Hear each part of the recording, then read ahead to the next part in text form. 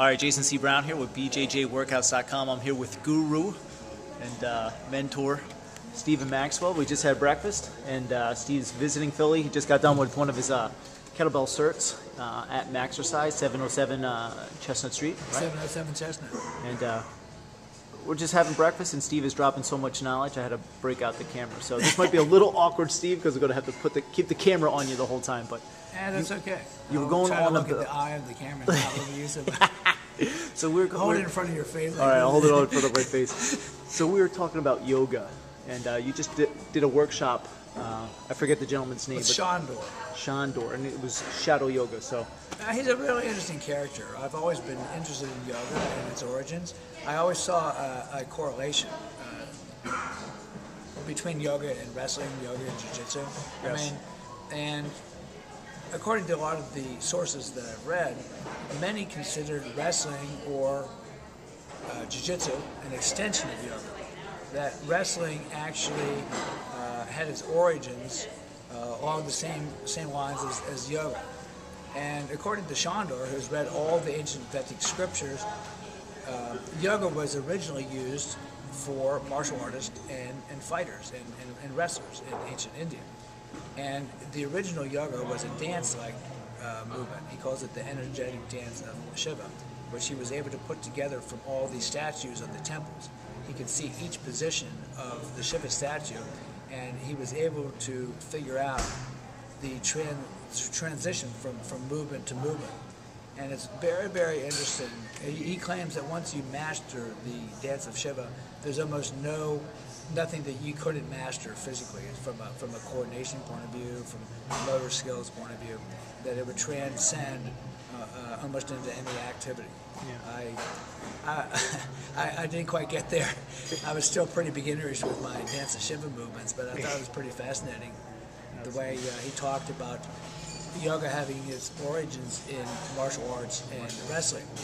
And he was not too kind with Western yoga, the housewifey kind of stuff that we're getting. yes, Claims it's pretty watered down. He philosophically, physically, physically, he don't think that he says it's very partial what people are doing. postural, Partial. Like okay. they're missing vital elements to it. Yeah. And one of the things he was not highly in favor of was the Ashtanga flowing style, the real gymnastic-y type yoga style. Yes. And he claims that was originally geared towards teenage boys, that once you're over the age of 24, that mature men and women should not be doing that style of yoga any longer. That besides not being particularly good for the body and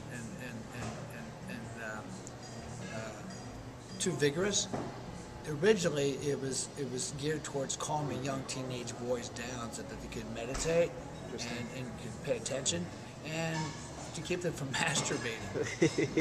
They wanted to use up all that energy because they believed that spilling the seed would rob a man of his vital energy. Yeah.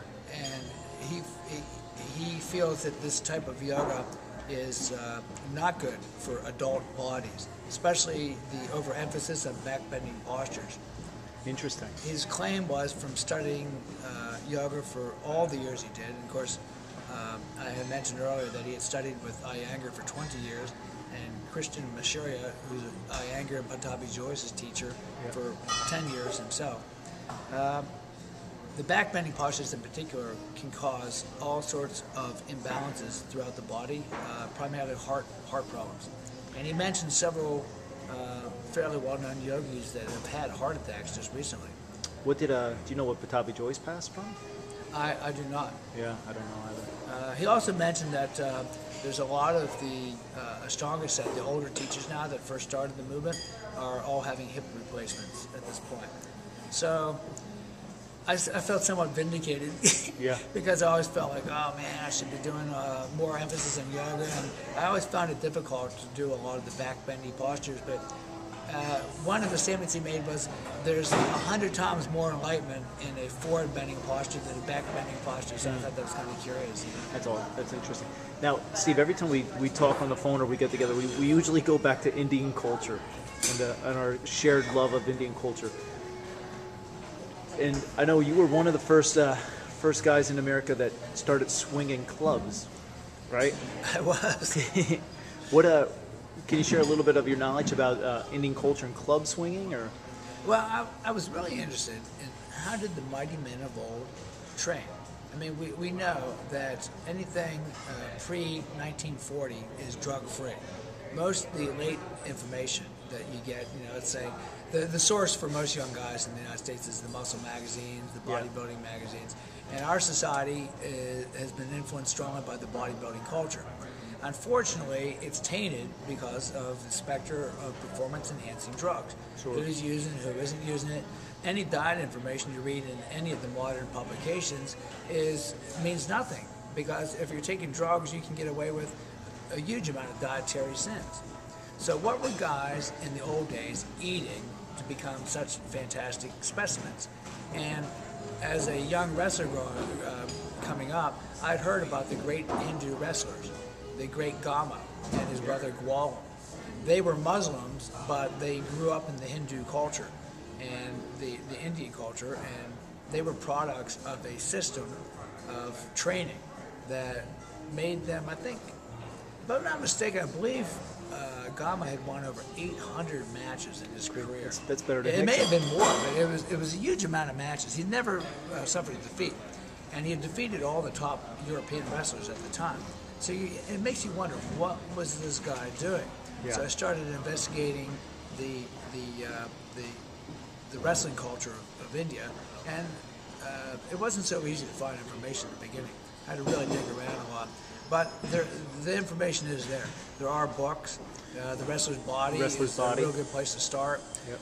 There's a gentleman that actually went over and videotaped some of the wrestling of cars in India, and you can see a lot of the things that these guys are doing. I think those DVDs are The Physical Body, right? The Physical Body. Yeah. And I think John Wood sells them on functional hand strength or whatever. Strength.com or whatever, functionaltraining.com, whatever, yeah.